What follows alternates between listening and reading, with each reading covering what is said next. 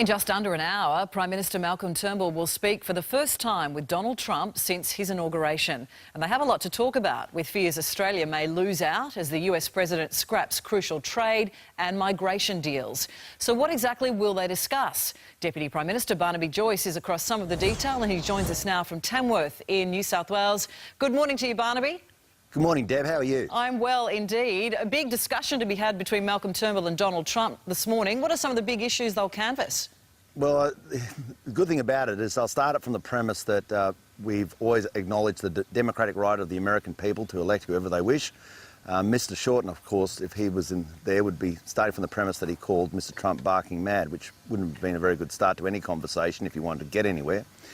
There's a range of things that we need to make sure that we do our very best to fulfil. We want to continue with our transfer of basically illegal immigrants, boat people, refugees, whichever way you like to term them, from Manus and from Nauru, and see if we can get that one finalised. We believe we can. We believe there's still the capacity there to do that, and we'll be pursuing that. Why are you so confident, though, that that will actually be guaranteed? Because obviously we've had the executive order signed by the President yesterday, and that is a tough stance on migration, suspending people, and the bulk of those migrants from Manus and PNG are from one of these countries of concern, from Iran, which the US is now suspended letting in.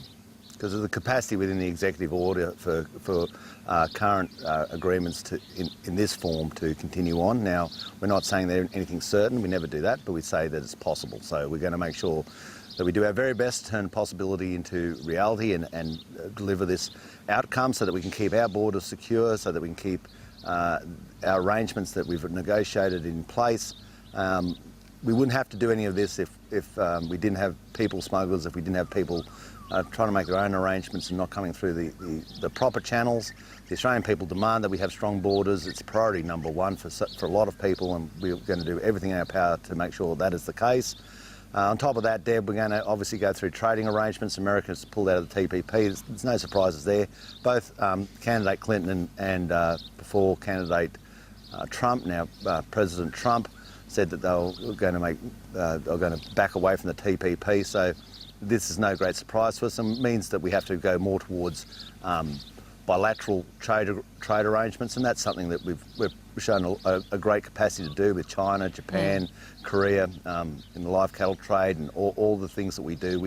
We've been pretty good and pretty adroit at making sure that we get the trading capacity of our nation well and truly in place so that we can earn a buck and bring the money back to Australia. With the Trans-Pacific Partnership, there was some hope before the inauguration that it would not be that the US would not withdraw from it. The government was saying, we think that it'll actually be in place.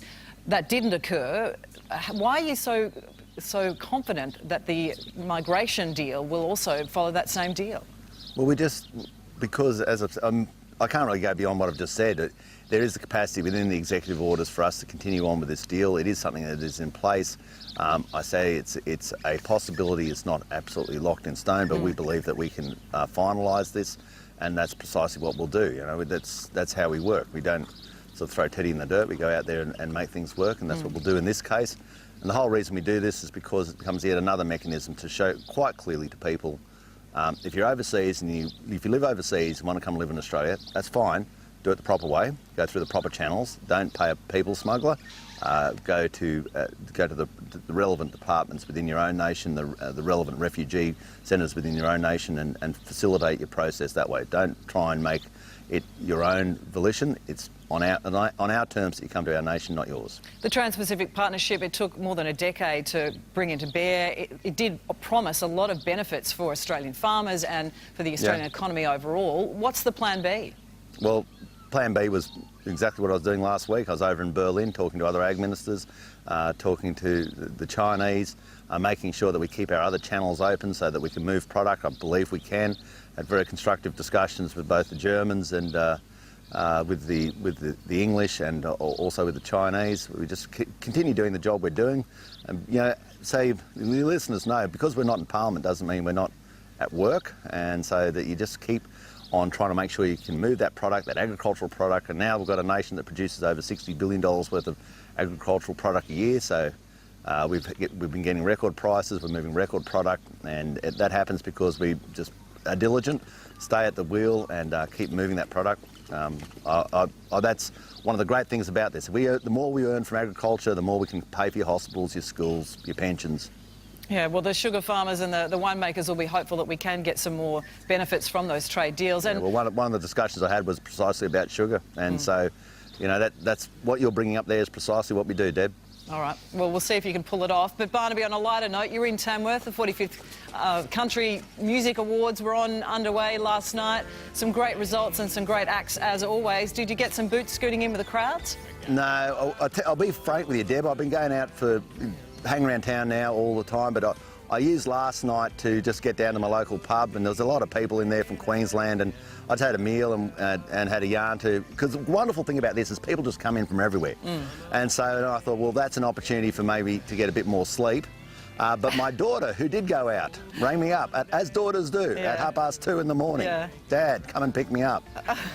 That's their job, to keep you awake. Don't you just love that? I'll meet you at the service station. Well, I did hear that your nickname was Boot Scooting Barnaby, but look, you're a good dad, keeping your daughters safe. I'm glad to hear that it happens when they're teenagers as well. Good on you. Thanks for joining us. Okay, thanks for that.